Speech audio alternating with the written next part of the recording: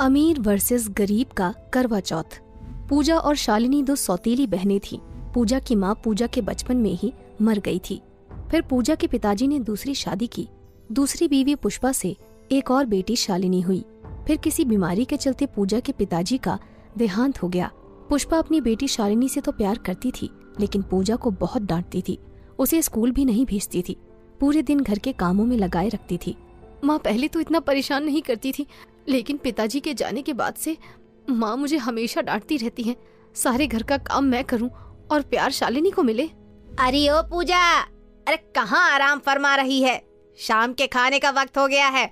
आज भूखा मारने का इरादा है क्या? अभी बनाती हूँ खाना माँ। और पूजा खाना बनाने चली जाती है। एक दिन पुष्पा घर में पंडित जी को बुलाती है। कहो बहन जी, कैसे याद किया? अब पंडित जी, अब मेरी दोनों बेटियां बड़ी हो गई हैं, कोई अच्छे से दो रिश्ते बता दो। अब बहन जी, आपको तो पता ही है, आजकल सब पैसों के भूखे होते हैं। देखो पंडित जी, मेरी बेटी शालिनी के लिए तो मैं किसी भी चीज की कमी नहीं करूंगी। उसके लिए तो आप अच्छा और ऊंचा और अमीर घर का रिश्ता ही देखना, और पूजा के लिए जैसा मर्जी देख लेना। माँ बाप दोनों मर गए और इस आफत को मेरे पल्ले बांध गए। अब कैसे न कैसे करके आफत तो सर से टालनी ही होगी। ऐसे ही कुछ दिनों बाद पंडित जी दोनों के लिए रिश्ता लेकर आते हैं और दोनों बहनों की शादी हो जाती है। शालिनी की शादी बहुत अमीर और ऊंचे खानदान में होती है और वहीं पूजा की शादी एक गरीब परिवार में होती है। दोनों के घर कुछ ही दूरी पर थे। शादी के बाद एक दिन शालिनी गाड़ी से कहीं जा रही थी। अरे पूजा, आ जाओ, मेरी गाड़ी में बैठ जाओ। जहाँ जाना है मैं तुम्हें छोड़ दूंगी। नहीं बहन, मैं बस थोड़ी ही दूर जा रही हूँ, मैं पैदल ही चली जाऊंगी।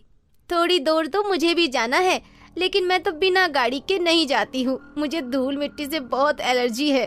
चलो ठीक है, गाड़ी में नहीं जाना चाहती हो तो वैसे भी तुम्हें तो धूल मिट्टी में घूमने की आदत होगी। ऐसा बोलकर शालिनी अपनी गाड़ी लेकर वहाँ से चली जाती है। फिर एक दिन पूजा का पति मनीष काम से घर जल्दी लौट आता है। अरे, आप जल्दी घर आ गए, क्या बात है? आज आपको मेरी इतनी याद आ रही थी कि दिन में ही काम छोड़कर भाग आए। पूजा, मैं मजाक के मूड में नहीं हूँ। क्या हुआ? आप इतने परेशान क्यों लग रहे हो? जिस फैक्ट्री में मैं काम कर रहा था उसमें कुछ नई मशीनें आई हैं जो हम मजदूरों का काम किया करेंगी, इसलिए कुछ मजदूरों को फैक्ट्री से निकाल दिया गया है। उन मजदूरों में मैं भी शामिल हूँ। ओहो, ये तो बहुत बुरा हुआ। अब हमारा गुजारा कैसे चलेगा? मुझे भी कुछ समझ नहीं आ रहा है। आप बोलो तो मैं अपनी बहन शालिनी से बात करूं। उनके पति की बहुत सी फैक्ट्री है, क्या पता वहाँ पर कोई जगह मिल जाए। हाँ, ये ठीक रहेगा, तुम आज ही जाकर बात कर लो।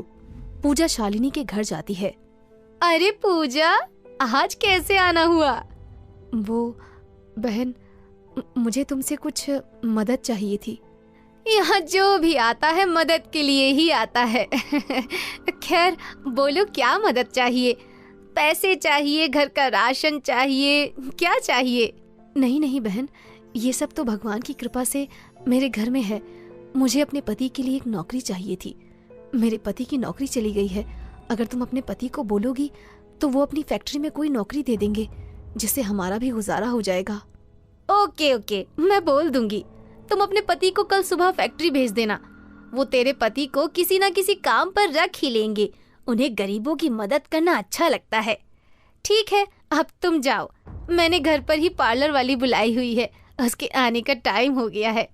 ठीक है बहन, जरूर बात कर लेना। और अगले ही दिन मनीष शालिनी के पति महेश के पास काम मांगने जाता है। महेश दिल का बहुत अच्छा इंसान था। वो मनीष को अपनी फैक्ट्री में काम पर रख लेता है। ऐसे ही कुछ दिन बीत जाते हैं और करवा चौथ का व्रत आता है। अरे दर्जी भैया, मेरी साड़ी का फॉल लग गया कि नहीं? नहीं मैडम, अभी तक तो नहीं लगा। अरे वो पूजा लेकर गई थी, लेकिन अभी तक देकर नहीं गई। पूजा कौन? मेरी बहन? हाँ वही, यहाँ से कपड़े तुरपाई और साड़ियों को फॉल लगाने के लिए लेकर जाती है। अरे ये तो बहुत अच्छा मौका है उसे अपनी साड़ी दिखाकर जलाने का। अच्छा ठीक है, मैं उसी से जाकर ले लूंगी। आप अपने पैसे ले लो। पूजा, ए पूजा। अरे शालिनी बहन, आज तुम्हें मेरे घर पर देखकर बहुत खुशी हो रही है। हाँ हाँ, वो सब तो ठीक है। वो दर्जी ने जो साड़ी तुम्हें फॉल लगाने के लिए दी थी, वो तैयार हो गई है नहीं? मुझे करवा चौथ के व्रत पर वही साड़ी पहननी है। अरे बहन, मेरे पास तो बहुत सी साड़ी है, तुम कौन सी साड़ी की बात कर रही हो? भला ये कोई पूछने वाली बात है? जो सबसे ज्यादा सुंदर और महंगी हो वही मेरी साड़ी होगी। ये देखो शालिनी, ये तुम्हारी साड़ी है। देखा, पहचान गई ना मेरी साड़ी। चलो, खरीद नहीं सकती तो क्या हुआ, कम से कम महंगी साड़ी की पहचान तो है तुम्हें।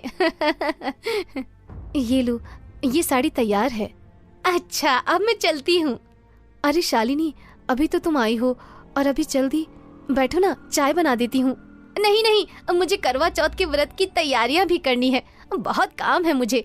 अभी तो बस साड़ी आई है, इसके साथ की मैचिंग की और भी बहुत चीजें लेनी है। तुम तैयारी नहीं कर रही करवा चौथ के व्रत की? इसमें तैयारी क्या करनी, वक्त पर जो हो जाए, जैसा हो जाए, सब ठीक ही है। हाँ, अब पैसे हो तो कुछ तैयारियां हो ना।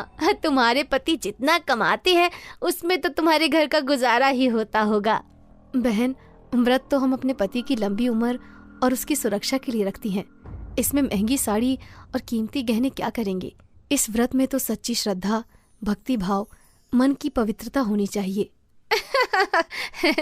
जिसके पास नहीं होता वो ऐसे ही बोलता है। शालिनी पूजा को गरीबी के ताने मारकर वहाँ से चली जाती है और करवा चौथ व्रत के 2 दिन पहले ही शालिनी किसी के हाथ पूजा को घर आने को कहती है। पूजा शालिनी के घर आ जाती है। तुमने मुझे बुलाया शालिनी?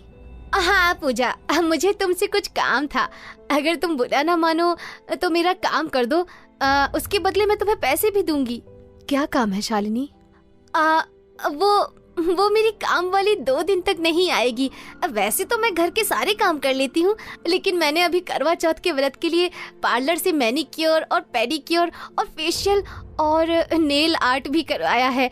एक तो इनमें बहुत पैसा लगता है, एक बार को तो पैसे फिर भी देखे जा सकते हैं, लेकिन अगर मैं घर के काम करूँगी तो मेरे हाथ और नेल आर्ट खराब हो जाएंगे। और मुझे करवा चौथ के व्रत पर सबसे अलग दिखना है, इसलिए सोचा घर के काम के लिए तुम्हें बुला लूं। 2 दिन यहाँ पर काम कर लेती हूँ, जो पैसे मिलेंगे उससे पूजा का सामान अच्छे से आ जाएगा। अरे पूजा, किस सोच में पड़ गई? कुछ नहीं। हाँ, मैं कर दूंगी, तुम्हारे घर का काम कर दूंगी। 2 दिन तक पूजा शालिनी के घर का सारा काम करती है। फिर करवा चौथ व्रत से 1 दिन पहले शाम को, शालिनी, तुम्हारे घर के बागीचे में मेहंदी का पेड़ है, मैं उसके कुछ पत्ते तोड़ लूं? अरे तुम उनका क्या करोगी? वो कल मेरा व्रत है ना, तो हाथों पर मेहंदी लगानी है, तो सोचा जब यहाँ मेहंदी का पेड़ है तो क्यों पैसे खर्च करना। अरे तुम शाम को मेरे साथ मेहंदी लगवाने चलना, मैं शाम को पार्लर से मेहंदी लगवा कर आऊंगी। मैं तो महंगी वाली मेहंदी लगवाती हूँ, तुम थोड़ी सस्ती वाली लगवा लेना, बहुत अच्छे अच्छे डिजाइन लगाते हैं। और रही पैसों की बात, तो जो तुमने 2 दिन मेरे घर का काम किया है उसमें से मेहंदी के पैसे दे देना। नहीं शालिनी, उन पैसों से मैं पूजा का सामान लाऊंगी। ठीक है, जैसा तुम्हें ठीक लगे। तोड़ लेना कुछ पत्ते, ज्यादा मत तोड़ना, कभी हमारे बागीचे की शोभा बिगड़ जाए। मजाक कर रही हूँ, जितने लेने हो ले लेना। करवा चौथ के व्रत वाले दिन सुबह, शालिनी, वो मुझे मेरे काम के पैसे दे दो। अरे पूजा, ये देखो मेरी मेहंदी कितनी सुंदर है ना, पूरे 2000 की लगवाई है। बाप रे, इतने पैसे? और क्या, अब देखना मेरी सब सहेली मेरी मेहंदी देखती रह जाएंगी। तुम दिखाओ अपनी मेहंदी। मुझे तो मेरी करवा माता को ये मेहंदी दिखानी है, और मुझे पता है करवा माता को मेरी मेहंदी बहुत पसंद आएगी। माता को भी सुंदर चीजें ही पसंद आती हैं, तुमने तो बस लाल हाथ कर लिए, इसमें पसंद आने वाली कौन सी बात है। करवा माता मेहंदी के डिजाइन को नहीं, लगाने वाले के मन को देखती हैं। जाओ, तुम अपना काम करो, मुझे भाषण मत सुनाओ। शालिनी की बात सुनकर पूजा अपने घर चली जाती है। शाम को करवा माता की कथा सुनने का टाइम आता है। अरे, मुझे तो पढ़ना नहीं आता है, चलो कोई बात नहीं, अपनी बहन शालिनी के पास जाकर कथा सुन लूंगी। पूजा अपनी कथा की थाली तैयार करके शालिनी के घर जाती है। वहाँ शालिनी की अमीर से अमीर सहेलियाँ महंगे महंगे कपड़े और गहने पहन के कथा सुनने के लिए बैठी हुई थीं। तभी पूजा को दरवाजे पर आता देखकर शालिनी जल्दी से उठ के पूजा के पास जाती है। अरे, तुम यहाँ क्यों आई हो? शालिनी, मुझे पढ़ना नहीं आता, तुम तो ये जानती ही हो, तो मैंने सोचा कि तुम कथा पढ़ोगी तो मैं भी सुन लूंगी। अरे नहीं नहीं, यहाँ मेरी बहुत अमीर से अमीर सहेलियाँ बैठी हैं, तुम उनके बीच में बैठोगी तो मेरे बारे में क्या सोचेंगी वो। तुम कहीं और जाकर कथा सुन लो। ठीक है शालिनी, देखती हूँ कोई कथा सुनाने वाला मिल गया तो। हाँ हाँ, जाओ जाओ जाओ। शालिनी अपने घर का दरवाजा बंद कर लेती है और कथा पढ़ने बैठ जाती है। अरे, कथा की आवाज तो यहाँ तक आ रही है। मैं यहीं खिड़की के पास बैठकर कथा सुन लेती हूँ। इससे शालिनी की बेइज्जती भी नहीं होगी और मैं कथा भी सुन लूंगी। पूजा वहीं बैठकर कथा सुनती है और दरवाजा खुलने से पहले कथा सुनकर वहां से चली जाती है। कथा सुनकर शालिनी की सहेलियां अपने अपने घर चली जाती हैं। तभी फोन की घंटी बजती है। हेलो, तुम्हारे पति का एक्सीडेंट हो गया है, वो सिटी हॉस्पिटल में एडमिट है। शालिनी अपनी सभी सहेलियों के पास फोन करती है, लेकिन उसके साथ कोई भी हॉस्पिटल जाने को तैयार नहीं होता। तभी शालिनी, तुम्हें कुछ पता चला? हाँ पूजा, महेश का एक्सीडेंट हो गया है, वो हॉस्पिटल में है। मुझे समझ नहीं आ रहा मैं क्या करूं। तुम रोना बंद करो और मेरे साथ हॉस्पिटल चलो, वहाँ मनीष भी है, सब ठीक हो जाएगा। दोनों मिलकर हॉस्पिटल जाती हैं। वहाँ डॉक्टर बताते हैं, महेश के सर पर गहरी चोट लगने से वो कोमा में चला गया है। अगर सुबह तक होश आ गया तो ठीक है, वरना ठीक होना मुश्किल है। डॉक्टर की बात सुनकर शालिनी रोने लगती है। अरे, तुम रो क्यों रही हो? क्या तुम्हें अपने करवा चौथ के व्रत पर विश्वास नहीं है? अब तुम घर चलो, रात की पूजा भी करनी है। दोनों घर आ जाती हैं। पूजा और शालिनी एक साथ मिलकर करवा माता और चंद्रमा की पूजा करते हैं। पूजा हाथ जोड़कर, हे करवा माता, जैसे आपने हमेशा मेरे पति की रक्षा की है, वैसे ही मेरी बहन के पति की भी रक्षा करना। पूजा बहन, मुझे माफ कर दो। मैं आज समझ गई कि करवा चौथ का व्रत कपड़ों, गहनों और कीमती चीजों का दिखावा नहीं, बल्कि ये तो सिर्फ अपने पति की लंबी उम्र और उनकी सुरक्षा का व्रत है। मैंने तुम्हारे साथ कितना गंदा बर्ताव किया, फिर भी तुमने मुसीबत में मेरा साथ दिया और करवा माता से मेरे पति की सुरक्षा की प्रार्थना की। तभी फोन आता है और फोन पर मनीष बताता है कि महेश को होश आ गया है, अब वो खतरे से बाहर है। शालिनी पूजा को सब बताती है।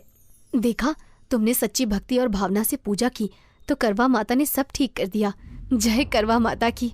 हे करवा माता, सबके सुहाग की ऐसे ही रक्षा करना।